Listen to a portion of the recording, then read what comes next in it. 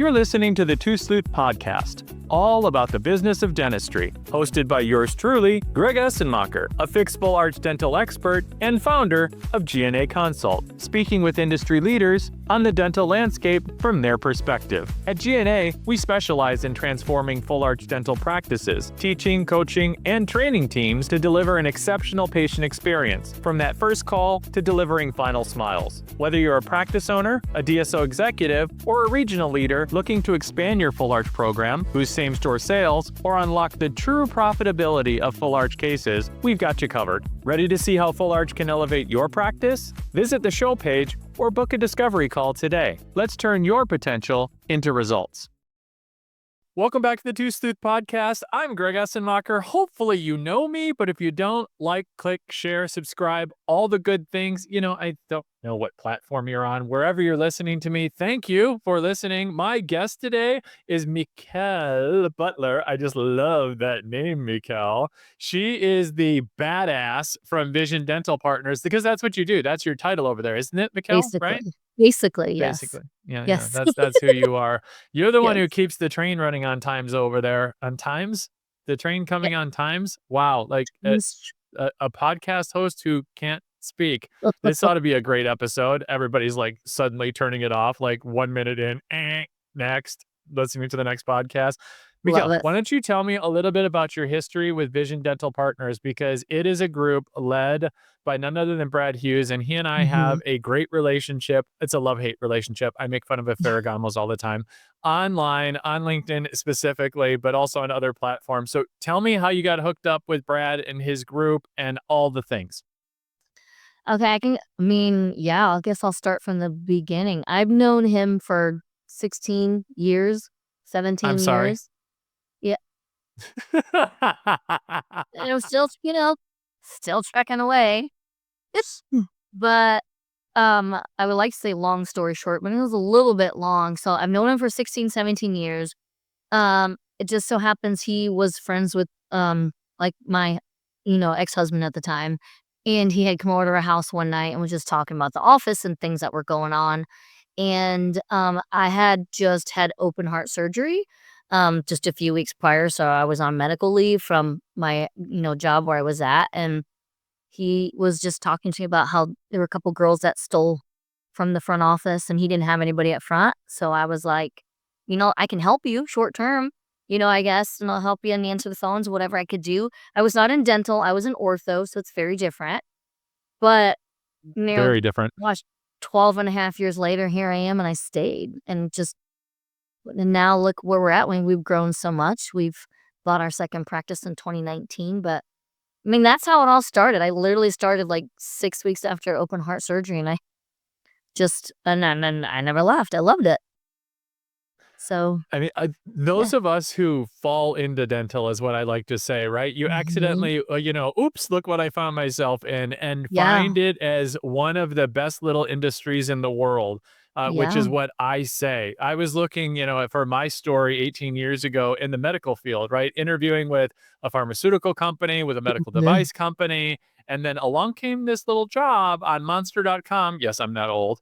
And I had the interview and walked out. The very last line from my soon-to-be boss, Rick, said, well, I have 7 other interviews today with people with dental experience, and why should I hire you? And I stopped and I stood up and I said, because a year from now, you'll wish you had 5 of me. Shook his hand and walked out. And I was like, wow, who was that guy that just said that? And sure enough, and now 18 years later, I can't imagine myself outside of dental. Now I could see myself doing in addition to, right, in other verticals, but I just love the industry and love the people. What is it that you found, besides what you're doing over at Vision Dental Partners, about the industry that really keeps you engaged for this long? I think for us, the biggest thing, it's not even just the entire industry, it's just what we're doing. My biggest thing, it was so focused on that patient experience and over delivering and creating value to them that I loved that was what he was looking for more than anything. And it wasn't just about how much money can we make. It was when your patients are happy, the money comes. And we've learned that along the way. When your offices aren't producing, it's because you're not focused on the right things. You got to get back to the basics. And we're constantly coaching and training on that. Is just that patient experience is like number one. People want to build relationships with people that they like. Yeah, and patience over profit, because the profits come if Mhm. you have the patient experience down. And what Exactly. we talk about at GNA Consult, it's really all about the patient experience, and the patient Mhm. experience, right? Because conversion, right? Case acceptance is Yeah. driven by the patient experience, Yep. but the patient experience is all about team development, because Mhm. the team development is what supports and really exemplifies that patient experience, which is driven by leaders, by the leadership.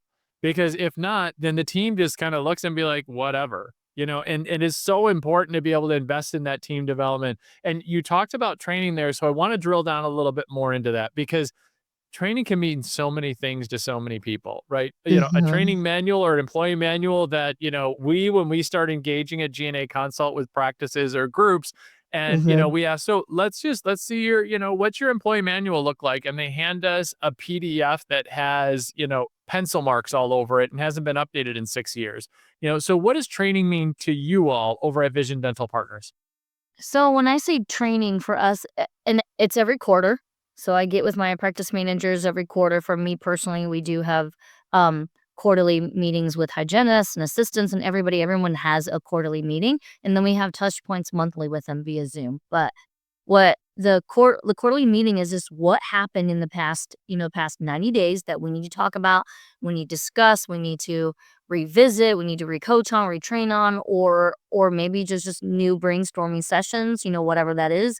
We bring our team members into those conversations, and we welcome their opinions and their ideas too, because they're in the offices every day, day in and day out. But you gotta be consistent, you gotta keep everybody on the same page and so they feel like they're a part of a team and not on their own little island.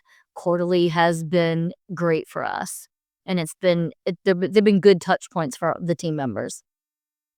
And I think extremely instructional for the listeners of my audience and for myself included. So, what Mhm. format do your quarterly meetings take? What do you mean when you say that? So, Like, are you get it? Do you get together in person, oh, we're in centralized person. Oh, location? yes, yes, Yeah, yes, yeah. sorry. So, talk Quarterly to me is in about this. Yeah, person. yeah, all Mhm. good. So, and talk to me about what it looks like, because I know you said you get input from team members. So, is the Mhm. whole team coming together, like departmentally, for operations? And then I heard you talk about hygiene. So, structure it out for me a little bit. Paint the Yeah. picture. Give me a picture, Mikhail. Come on. Okay. So my last quarterly meeting was just a Yes. couple months ago, actually, and it's all my practice managers. It's my regional manager. It's all the practice managers we have in the company and the team. I have handouts, so it's not like employee manual. I have workbooks that I had created for each of the team members. It's all about leadership because I'm bringing in my practice managers. What I'm bringing in, or in my regional and whoever else needs to be a part of it as well, just so they know what I'm talking to my practice managers about. But we all sit in a room together. We sit around a round table so everybody can see each other. We can talk. We brainstorm ideas. I bring up, hey, here's where we're at this past quarter. We do talk about numbers because this is a leadership meeting. Let's talk about numbers, where each practice was at, where can we improve at, talk about patient experience. We look at reviews, whatever we need to.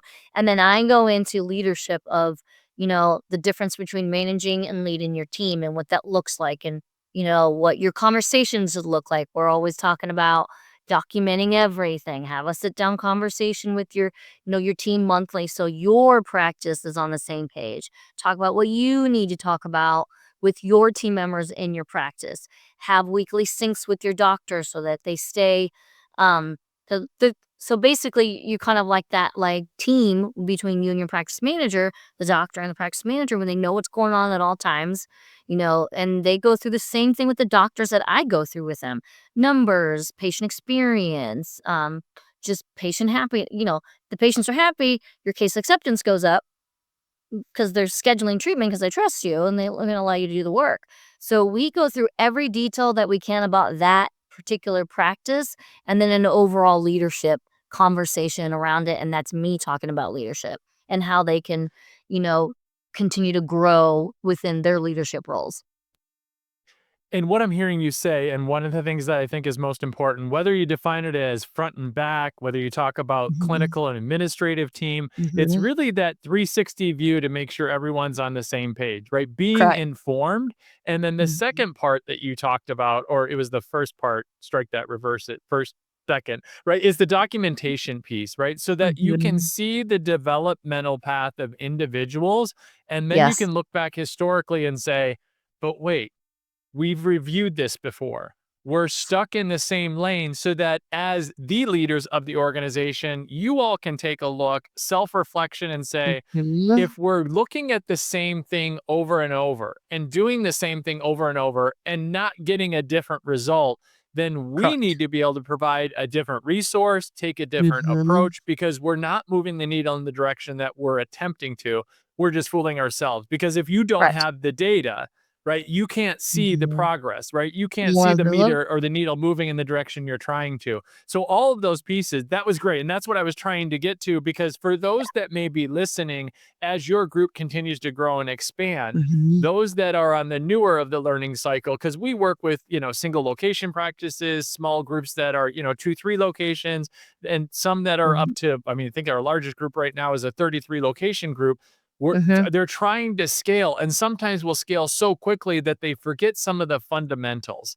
And the Correct. fundamentals are what you're talking about, the patient experience, looking at, having those sit down one-to-ones and then documenting everything. And Mhm. it's not something 100%. that slows down, it accelerates and gives visibility throughout the organization. And I Mhm. love that you point that out.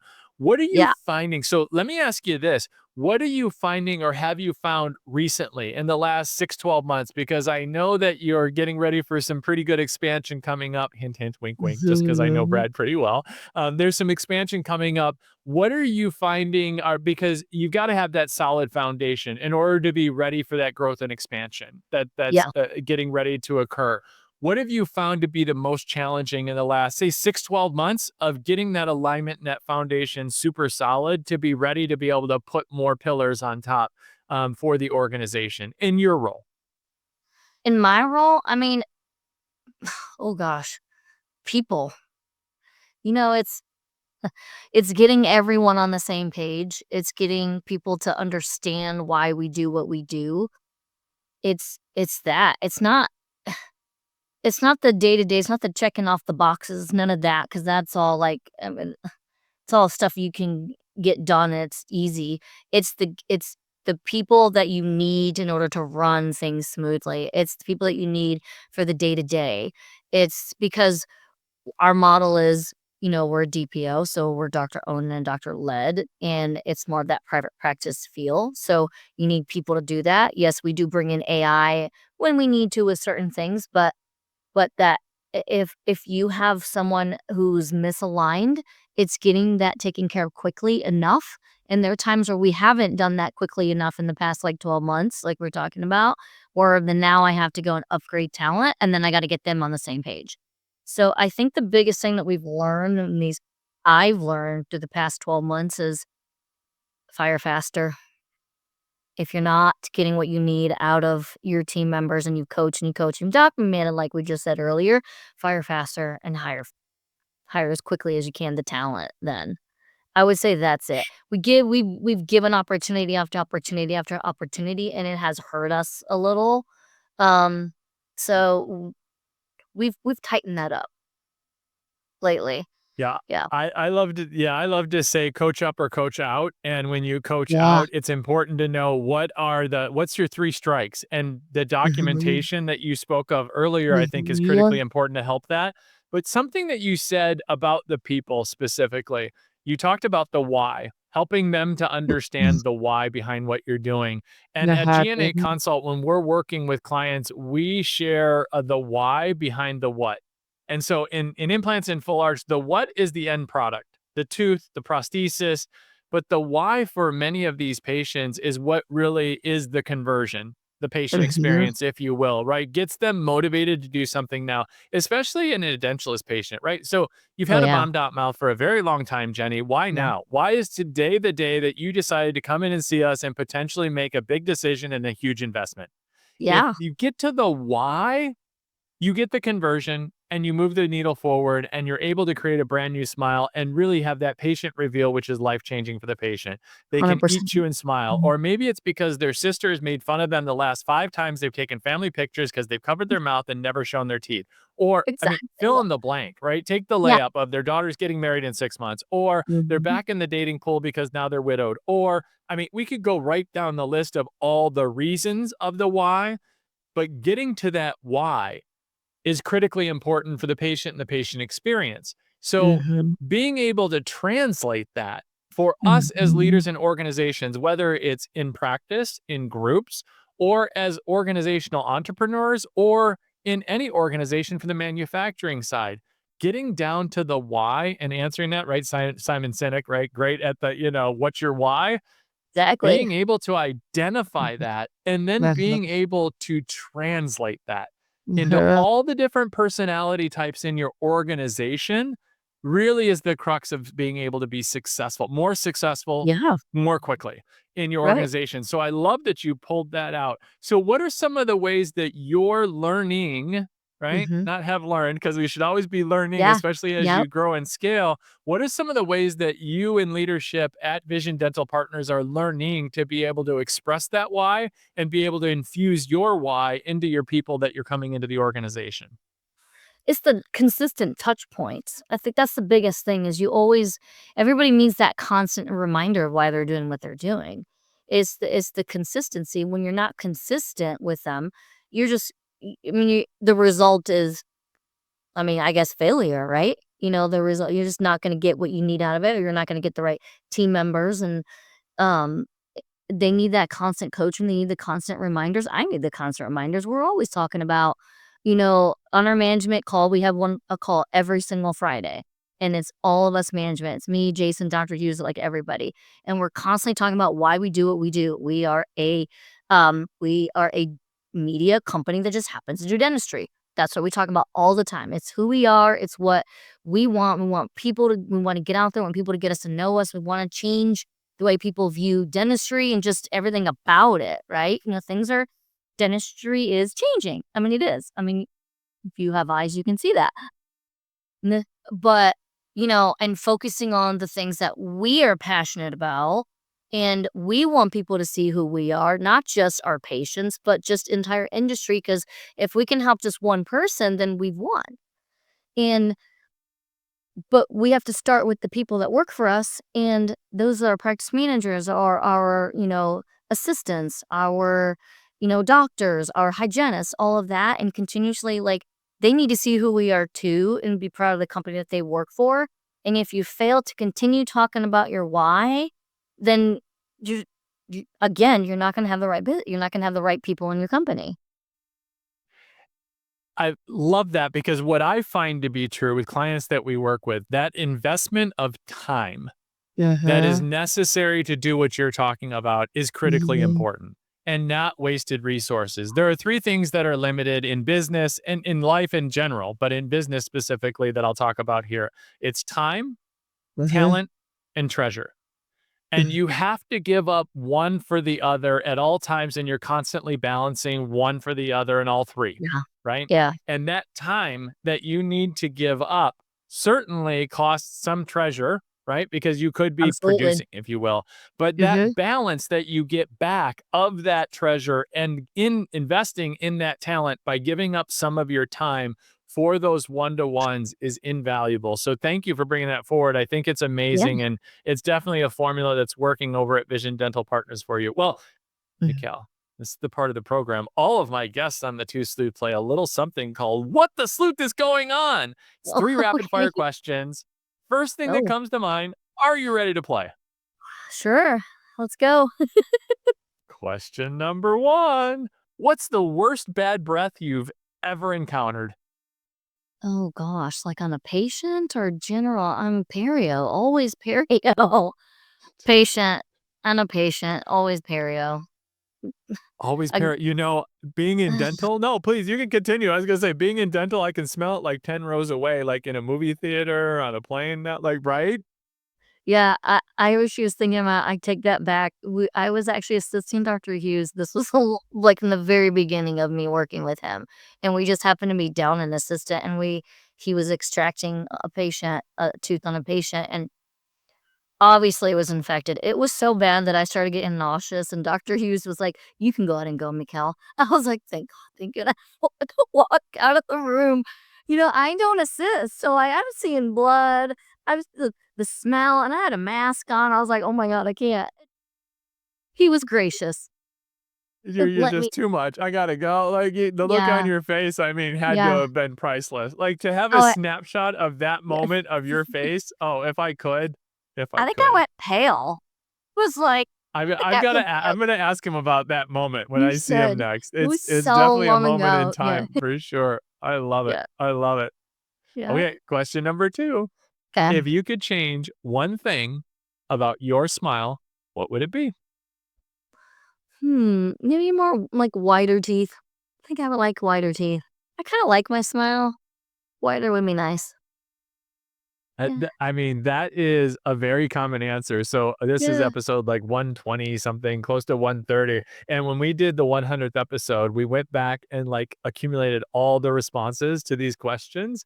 And I like my smile was like nearly in a tie with whiter teeth. So it I was love really that. close. So you Okay, kind so of hit them both. You did it both I'm and there. Yeah. I'm part of the cool group then. Cool team. You are. You're a part of, not apart from. Yes, you're one of the cool kids now. You're officially a part Yeah, of the club. exactly. Love it. Question number 3, last and final. Um, If you could go back and be the inventor of any dental product, and no, you can't choose your own, okay. which one would you choose and why? Of any dental product, to be the inventor. Ooh, implant. The implant. Are you just placating the host because you know that's what we teach, coach, and train in at GNA No, for Consult? real. Come I mean, on. how? Come No, I'm really on. not. I swear. No, I would not. I would have picked no. Honestly, the implant I think is yeah. That's the. I mean, like such an awesome, amazing product. I mean, friggin' implant, permanent implant in your mouth. I mean, that's amazing. I Yeah. mean, if you are saying that for my sake, I'm not going to deny you that. I mean, I'm happy that you are. Just means that this episode's going really well. She likes me. She really likes me. No, I mean, I think honestly, like I couldn't even think of anything else. Maybe a CBCT would be my second. Also Wait, amazing. no, I said if you could choose any. Like, you can't like pick 5. Like, you can't go through Okay. a list. Like, here's my top 10. It's like Dave Letterman's top 10 list. Like, Mikel's gonna like dominate this show. Like, it's under 30 minutes and she's going 2.5 hours because Okay, she what can I decided take it she was back gonna. though? Because I don't want to say what No, everyone there's no says, take Jen. backs. I don't want to be a What is kiss going ass. on with this episode? I've totally lost control. Listening audience, I've totally lost control of the Tooth Sleuth podcast. It is now the Michal Butler podcast. It's no Yeah, longer the Tooth Sleuth. I mean, I could. You totally could. With the way this is going, you totally could. Blow up the socials, everyone. Let's take a Right. vote. Who says that Michal Butler should take over the Tooth Sleuth? But don't put it in there. I shouldn't even No, just say that. Oh, join. and I'll my just join. post-production, oh yeah, and my editor is not gonna pull that out of there. I'm in so much trouble now. I tell you, it's gonna be co-hosted by Michal Butler going forward. Okay, guess Dr. who's joining? Brad Hughes, Dr. Brad Guess who's Hughes, joining the paging Dr. Brad podcast? Hughes. May I have her as my co-host moving forward? Maybe just a guest spot for like 4 or 5 episodes, or like what happens on the night show, like when they go away for a couple weeks and they have a guest host. Oh my gosh, Yeah, we could have so much fun with that. and then I'm they gonna want get to in a lot keep of some of the trouble. guests. Oh, right. We're changing the whole game. I love it. This is amazing. Well, Miguel, we like to keep this under 30 minutes for those that are scuba diving so their oxygen tank doesn't run. I don't know. I'm just making things up at this point. Is there anything you haven't shared with me or would like to share with the listening audience in the last few minutes? No, I mean, not really. Nothing in for. I mean, we're an open book, man. You can look us up on LinkedIn, and Dr. Hughes is all over the place. If you want to know anything about Vision Dental Partners, it's right there. He Yep. really is. And so thank Mhm. you so much. My guest today has been Michal Butler with Vision Dental Partners, a group that if you don't know or haven't seen, you probably will soon, and you should. A lot of great content, really in Mhm. your face stuff, which is changing the face of dentistry. Thank you so much, Michal, for being a Absolutely, it's guest on my the Two pleasure. Sleuth Thank you for podcast. having me on. If you need help with converting lead calls into consultations, closing consults into more full arch cases, or creating a more strategic marketing message and branding for your practice or group, follow me for more tips or reach out to G&A Consult for a discovery call today.